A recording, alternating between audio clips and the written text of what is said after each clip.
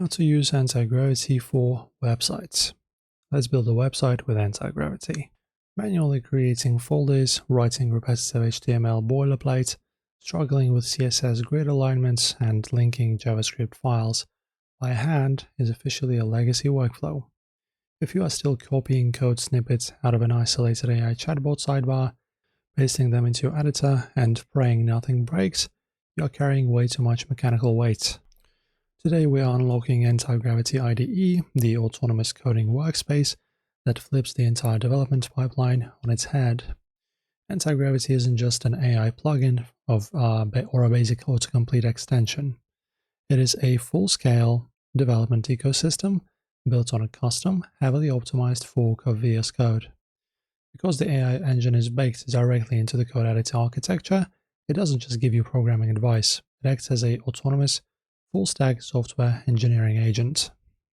So you just give it a single high-level instruction in plain English, and the agent independently reads your workspace directory, modifies multiple files simultaneously, creates your assets, and tests the code layouts natively. So we will look directly at the live workspace view so you can see exactly how this interface functions. Okay, so first, navigating the Antigravity IDE workspace. So let's map out the core workspace interface sitting on your screen so you can navigate it flawlessly. The layout is split into three highly intuitive functional pillars designed to streamline your focus. So look over at the left, far left sidebar. This is your classic Explorer pane. It tracks your local project directory and standard web assets. For instance, you can see our root directory sandbox includes 3 empty core files waiting to be built, which are your index.html structure, your style CSS, and this is going to be the design sheet, and your script.js interactivity script. And now you can look at the far right sidebar of your editor. This is your primary command center, the agent panel. This is where you talk directly to the compiler engine. At the bottom of this panel, you have a model selector, drop-down that lets you pick your backend brain. As you can see, we have multiple here, depending on how pretty much smart they are, from fast up until thinking, which is the smartest. So for this website build, we can run the highly advanced Gemini 3.1 Pro if you have it in the list. Yeah, there you go. Hi, you can just run this. This version maps out full architectural plans in the background before altering your workspace files, preventing standard developer bugs. And right above that selector is your main prompt window, which reads, as you can see, ask anything or mention and / for actions. So this is where you issue your complete system build prompts.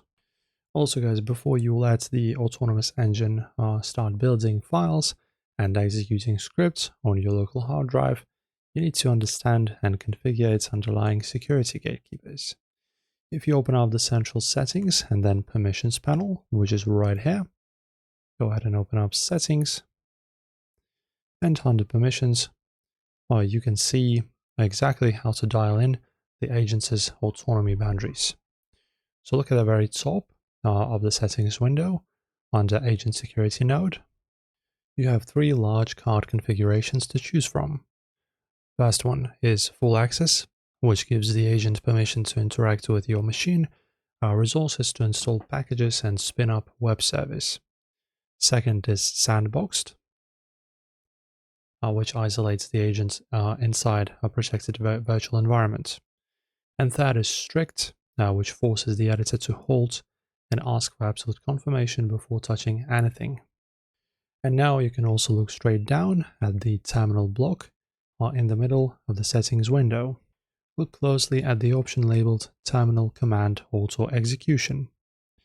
So on the right side of the setting, you'll find a critical configuration drop-down menu that defaults to Request Review. So keeping this policy set to Request Review ensures that even if the agent is operating on full access mode, it is legally blocked from running terminal script or spinning up live backend environments without displaying the exact shell command on your screen and waiting for your explicit manual sign-off. Okay, and now this takes us to the next section, which is the deep prompt engineering for full web builds. Because Antigravity edits files autonomously, throwing a lazy prompt like make a website into this agent console will yield highly generic blocks. To generate pixel-perfect layout structures on the first pass, your prompt must outline your precise component requirements, layout architecture, styling themes, and dynamic interactions.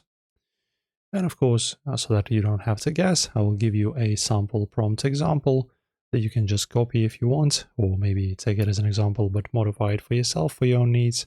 And I'll type it in here to start generating. Alright guys, so this will be my prompt. It's just an example. You don't have to copy it word for word. You can take it as a sample and then modify it for yourself, just like I said. And now guys, before we do that, of course, make sure to choose the model. As I said, 3.1 Pro from Gemini is pretty good. And now click on Create. And the exact second you hit send on one of these prompts inside your right-hand console pane, the agent will initialize its engineering lifecycle. Because we are running a deep reasoning model like Gemini Pro, the agent will first compile a comprehensive structural plan inside the chat thread, explaining exactly how it intends to link your layout structures together.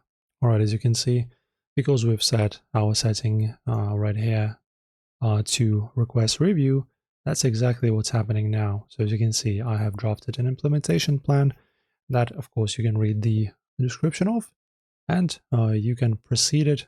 Pretty much when you click proceed, you allow the agent to move on. So just press proceed and let it do its job.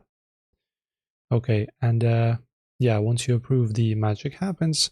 You can look at your center screen editor from now on. Also, the files open themselves in real time, and lines of clean semantic code start typing themselves out across your code sheets without you touching a single key.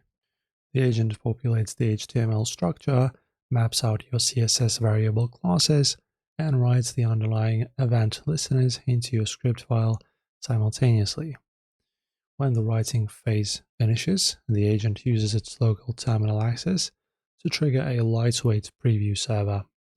A split-screen web browser window slides open directly inside your workspace, allowing you to click through the navigation tabs, toggle the interactive elements, and verify the mobile view formatting layout instantly. Whilst generating, guys, don't forget, if you're not okay with some of the changes, you can reject them and redo. If everything looks fine, just accept. Okay, and also, guys, by stepping out of old disjointed chat interfaces and moving your programming pipeline into a unified agentic workspace, you remove the mechanical grind of code management.